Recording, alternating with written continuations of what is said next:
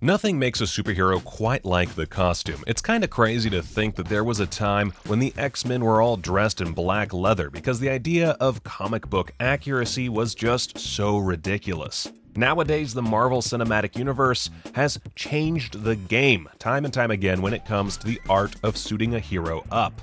So, what are the secrets behind these super suits? The new Captain America has one of the best looks in the MCU. That vibrant white costume just screams there's a new era for America. The only thing that's weird about it is that a small part of it is CGI, and probably not what you would think.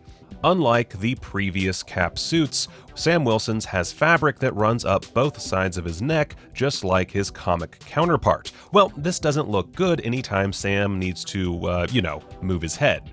So they actually had to digitally alter every scene with his new suit in order to smooth the wrinkles out. Don't be surprised if his next suit has some alterations around that there neck.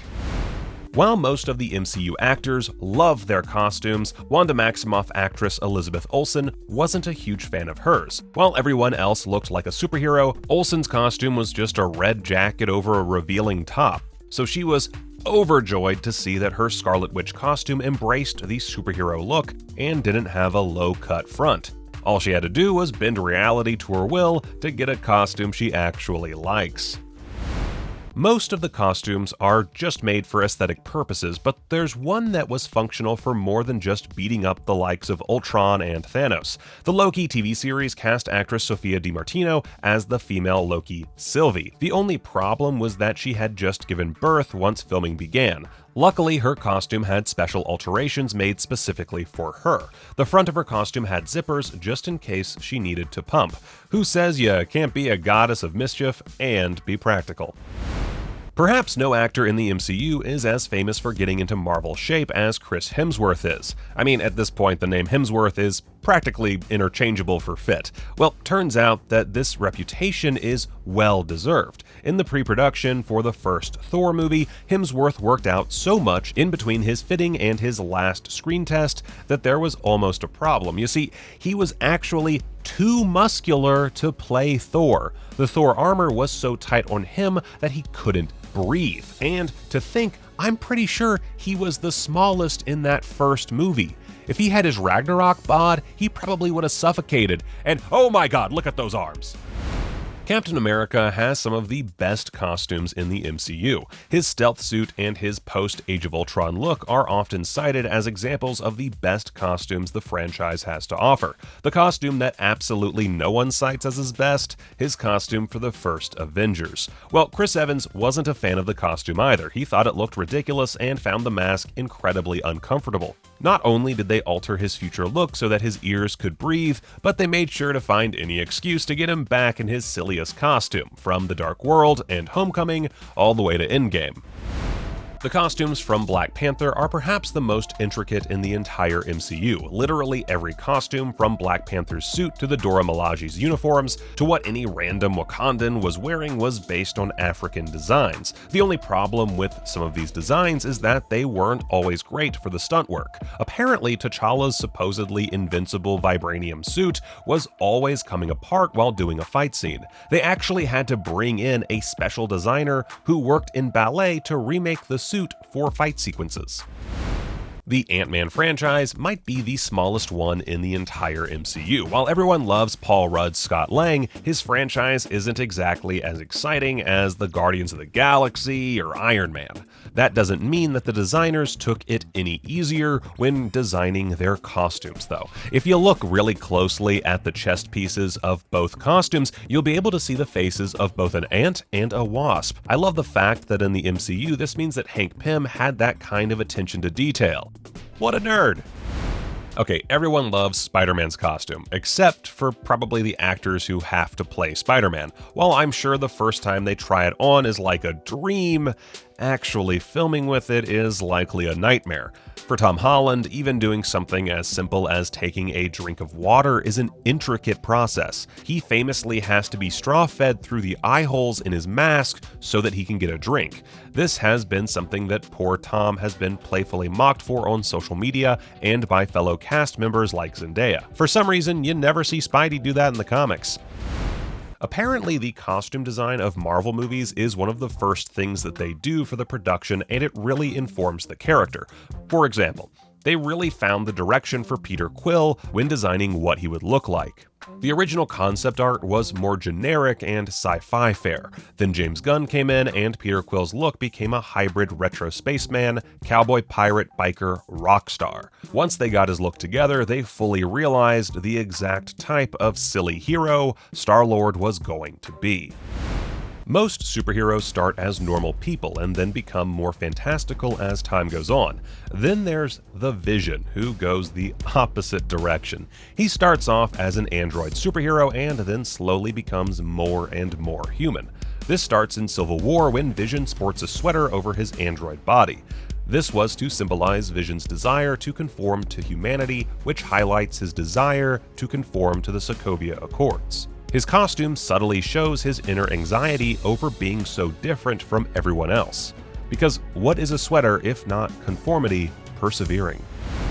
Sometimes Marvel movies make subtle costume choices that fans don't notice until years later. That's exactly what happened in the first Avengers movie when someone inevitably figured out the reason behind Steve's shoe choices.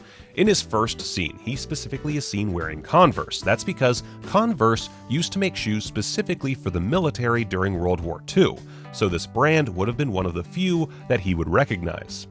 You really would have thought that Converse would have taken this opportunity to do a commercial series with Steve Rogers. Seems like a real missed opportunity, if you ask me. You know how the Smithsonian in the MCU stores all of the Captain America suits in perfect condition just in case Steve ever needs to break in and get his old World War II duds back? Well, apparently, this isn't too far from what Marvel does with their old suits. Instead of destroying any of them, they store each and every one just in case they need them as a reference point, flashback material, or if they have an entire Avengers movie centering around time travel. This is a cool detail, but honestly, I think they're leaving a lot of money on the table. They could just make a Marvel museum like the one in the MCU. People would literally pay big money just to see the storage space they're already paying for. While the MCU movies all have a light comedic tone that will often drift into heavy drama, the styles of the movies often change. This is because different directors have different ideas about how a comic book movie should go. For instance, Joss Whedon went for as hard a comic book look as humanly possible while directing the Avengers. On the other end of the spectrum is the Russo brothers, who took Captain America: The Winter Soldier as close to a grounded movie like The Bourne Identity as possible, under the, Kevin Feige constraints.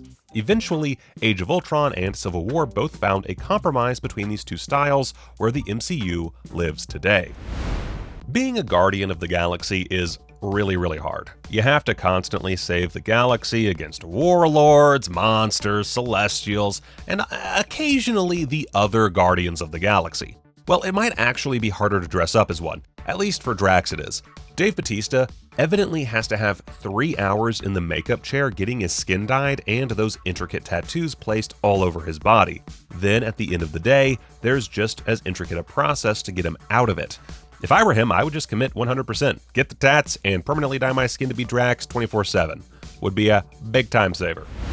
Most of Spider-Man's time in the MCU has been spent in the shadow of Tony Stark. In fact, his main 2 Spidey suits have been Stark creations. That's why it was such a big deal when Spider-Man Far From Home had him make his own costume. Even if it is with Tony Stark's technology. I guess there's a bit of a flaw there. Anyway, this new suit looks just like his main suit, but with one big difference. His suit replaces the blue with black in order to symbolize Peter's maturity. Looking at how Peter thoughtlessly rewrites the MCU for selfish ends in the No Way Home trailer, I think they may have jumped the gun a bit on Peter's maturity. I don't know, but we'll see.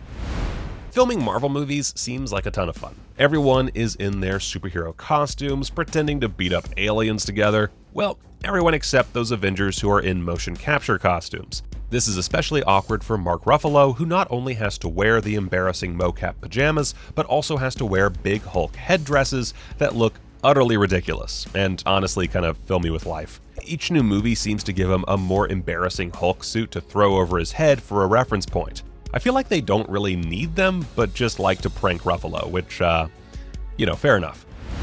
The effects in Marvel movies are usually huge. Giant space battles, intergalactic warlords, and big superhero smackdowns are the hallmarks of the MCU special effects teams. Then there are the subtle things they do that they sneak in without anyone noticing. For instance, Carol Danvers has short hair in Avengers Endgame to demonstrate the passage of time. Instead of having her get a haircut, they made her wear a cap and gave her a CG hairstyle. Next, you're going to tell me that Brie Larson can't actually shoot laser beams out of her fists. This is getting ridiculous. Come on, guys.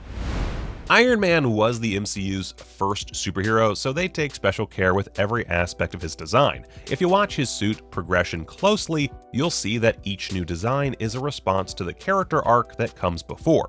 In Iron Man 2, Tony has a portable suit because of his random attack at the beginning of the first film. In the Avengers, he uses the one-off lasers on a giant space whale that he uses in the big showdown in Iron Man 2. Then Iron Man 3 has Tony use an army after his PTSD over the alien invasion that gets upgraded to a series of drones in Age of Ultron. Then we see Tony turn inward on his own armor by experimenting with a nanotech glove that he uses when Bucky attacks him. Nanotech that eventually becomes his final form armor in the last two Avengers films. It's no surprise that when Black Widow finally got her own movie, she would get a new look. This time, she sported a new white costume that was partially based on one of her comic books. The reason this look was used was that the designer looked at Russian army uniforms and saw that they frequently wore white to blend in with the snow. Since Natasha was going back to where she came from, it made sense to give her a costume based on a more, well, Russian look. That and the base was covered in snow. Not that she ever once tried to blend into it, but she always dresses for the occasion. Doctor Strange's cloak doesn't just look good, it helps him fly like a true superhero. Unfortunately for Benedict Cumberbatch, that means that he needs to be harnessed into the cloak. That would be fine, except for every time he needs to, relieve himself, he has to have a team of people take the cloak off. This is actually the most common complaint with superhero movies. Michael B. Jordan isn't just a fantastic actor, he's also a nerd, like us. Don't believe me? Well, when fans pointed out that Killmonger's main armor looked just like Vegeta's in Dragon Ball Z, he nerded out over it. Apparently, he didn't know if the design choice was on purpose, but as a big anime fan, he really hoped it was. And so do I. Sometimes the superhero costume really forces you to act like, well, a superhero. In the case of the Asgardians from the first Thor movie, they literally had no choice. The various pieces of the costumes prevented the likes of Lady Sif or Volstagg from so much as slouching while in their full Asgardian warrior regalia. While it was uncomfortable for the actors, they claimed that it really helped them get into character as superpowered beings, who apparently couldn't bend over. Perhaps if the Warriors 3 had more freedom of motion, they would have been able to duck when Hela started throwing swords. Too soon? I gotta be honest, that joke felt, too soon.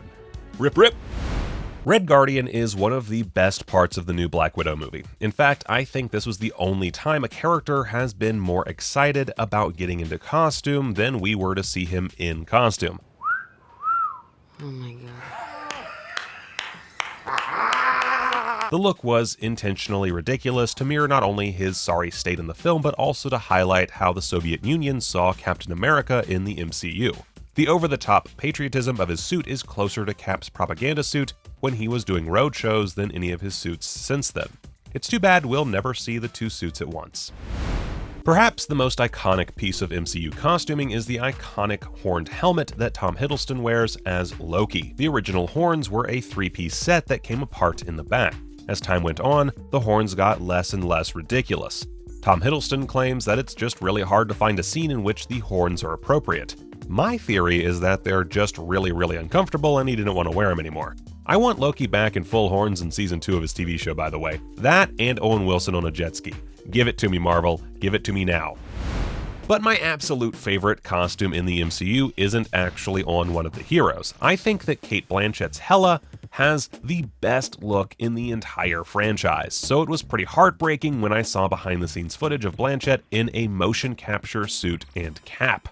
While she was sometimes in full costume on set, often the entire thing was made on a computer. That doesn't stop me from wanting one of those giant horned helmets for myself, though.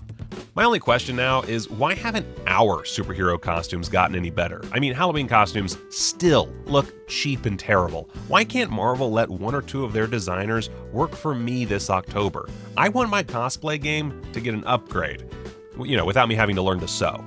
Oh, shoot, Etsy. I'm gonna go to Etsy.